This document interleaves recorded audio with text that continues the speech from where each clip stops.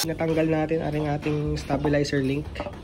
Ito pala ho yung cause ng lagutok kapag ang sasakyan ay itong gumagarni, nagsisway left and right. Ano pala ho ang dahilan? Ang problema ay loose thread na ang kanyang bolt din. Loose thread na siya. Wala naman tayong impact wrench. So, nanghiram tayo sa kapitbahay. Din sakto may ginagawang construction. Kanyang itim na pader na ho yan. Construction ng gasolinahan. Hindi tayo nakahiram ng grinder. Buti ako may bala na cutting disc. Ipinutol natin. Ano nang lagotok. Praise God.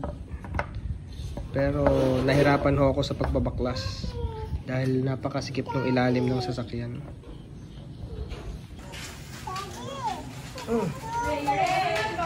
Fixing the car.